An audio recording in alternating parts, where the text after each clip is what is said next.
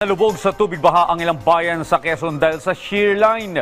Isang bahay din sa Labo, Camarines Norte nawasak. Si Floyd Brent sa detalye.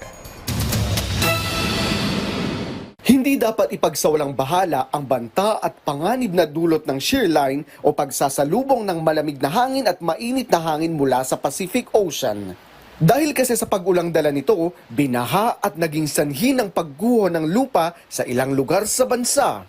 Sa ilang bahagi ng Quezon Province, partikular na sa Tagkawayan, kung saan pinasok ng baha ang ilang eskwelahan sa barangay Kinatakutan matapos umapaw ang katabi nitong ilog. Kaya naman agad ring inilapit ang ilang kagamitan ng mga guro at staff na nakatira malapit sa paaralan. Ganon din ang Malikboy East Elementary School sa barangay Pagbilao, Quezon kung saan nagmistulang ilog dahil pinasok ng tubig baha. Sa barangay Viñas sa Kaluwag, Quezon, isang nagmomotorsiklo ang tinangkang tumawid sa kalsadang mataas ang baha.